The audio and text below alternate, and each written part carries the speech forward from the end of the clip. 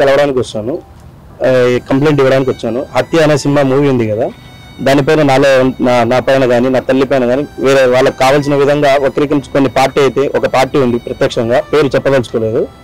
Sir గారి దృష్టిలో పెట్టాను, ఎస్పీ గారి దృష్టిలో పెట్టాను. ఆ సినిమా వెంటనే నిలిపివేయాలని చెప్పేసి చేసింది నలుగురు అయినప్పుడు అది నిజమైనప్పుడు 8 మంది అని కూడా చెప్పుకొని రాసుకోవచ్చు కదా. వాట్సాప్ గ్రూపులో అయితేనేమి, ఫేస్బుక్లో అయితేనేమి, దేంట్లో అయినా కూడా వాళ్ళు చేసింది నలుగురు అని చెప్పి ఈ విధంగా మమ్మల్ని చేస్తే సొసైటీలో ఈ మార్కెట్లో ఎట్లా జరగాలి? మేము ఆల్రెడీ 39 నెలలు జైల్లో ఉండి బయటకు వచ్చి ఈ విధంగా నరకం అనిపిస్తుంటే మళ్ళీ మా మనోభావాలు దెబ్బతీసే విధంగా హత్య అనే సినిమా చిత్రీకరించారు. ఈ మధ్య కాలంలో నేను చెప్పాను దీని కేసు గురించి, నాకు తెలిసిన విషయాలు పంచుకోవడానికి ఆల్రెడీ సార్కి చెప్పాను. దాన్ని సార్ దృష్టిలో పెట్టాను. సార్ దాన్ని రెఫర్ చేసి అట్లనే ప్రాణహాని ఉంది, రక్షణ కల్పించాను సార్ అని సార్ని కోరాను. సార్ చూస్తా అన్నారు, దాన్ని రెఫర్ చేస్తానన్నారు. అడిగాను ఏమీ లేదు, ఇంటి దగ్గర పికెట్ అరేంజ్ చేశారు సార్. 2 రోజులైంది. తెలిసిన విషయాల వరకు చెప్పడం అప్రూవల్ అంటే ఇంకా నేనేం చేయలేను.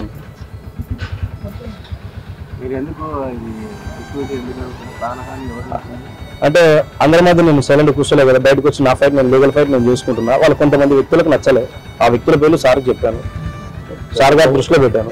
ప్రభుత్వమా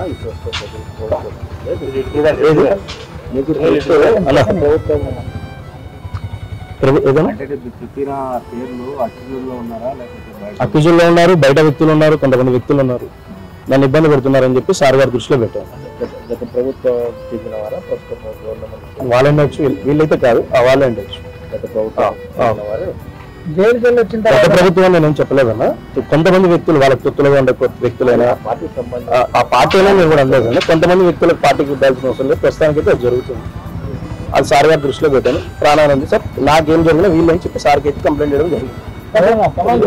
జైలుకెళ్ళి వచ్చిన తర్వాతనే మీరు మొదటిసారిగా మీడియాలలోకి రావడము, నాకు ఈ విధంగా నాకు ప్రాణహాని అని చెప్పడము, సాక్షుల విషయాలు బయటకు మాట్లాడడం, జైలు ముందుకు పోవడానికి బయటకు వచ్చిన తర్వాత ఎందుకు ఇంత డిఫరెన్స్?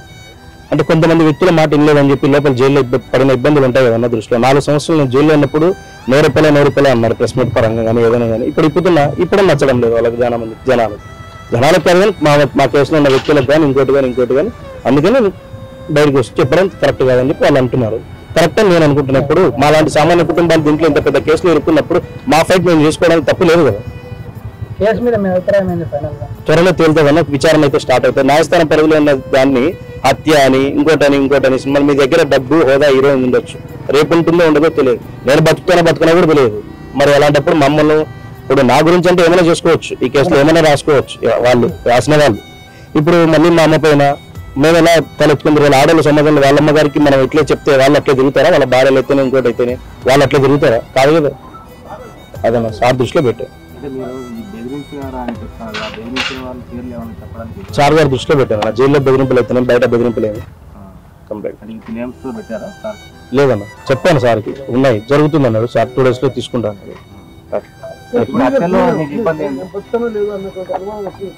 అన్నా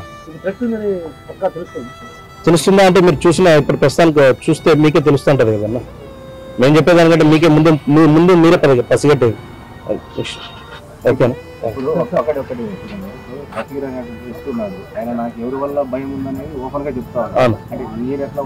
మీ పరంగా చెప్పుకోలేకపోవచ్చు అన్న. నేను దస్తగిరి మ్యాటర్ నేను మాట్లాడదలుచుకోలేదు, ఎందుకంటే ఆయన న్యాయస్థానం పరిధిలో ఉన్న వ్యక్తి, నేను న్యాయస్థానం పరిధిలో భిక్షతో బయటకు వచ్చిన వ్యక్తిని.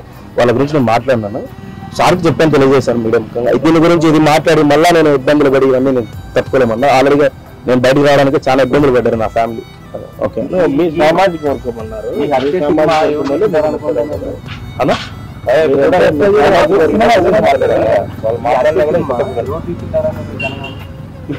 గత పార్టీ తీసుకుందని ఓపెన్ గా చెప్తున్నాను. ఓకేనా? మీ సామాజిక వర్గం చెందిన వాళ్ళే మేము నచ్చడం కదా. సామాజిక వర్గం చెందిన వాళ్ళు వాళ్ళతో ఇబ్బందులు పెట్టిస్తారు, బయట వాళ్ళతో కూడా ఇబ్బందులు పెట్టిస్తాం. ఓకే.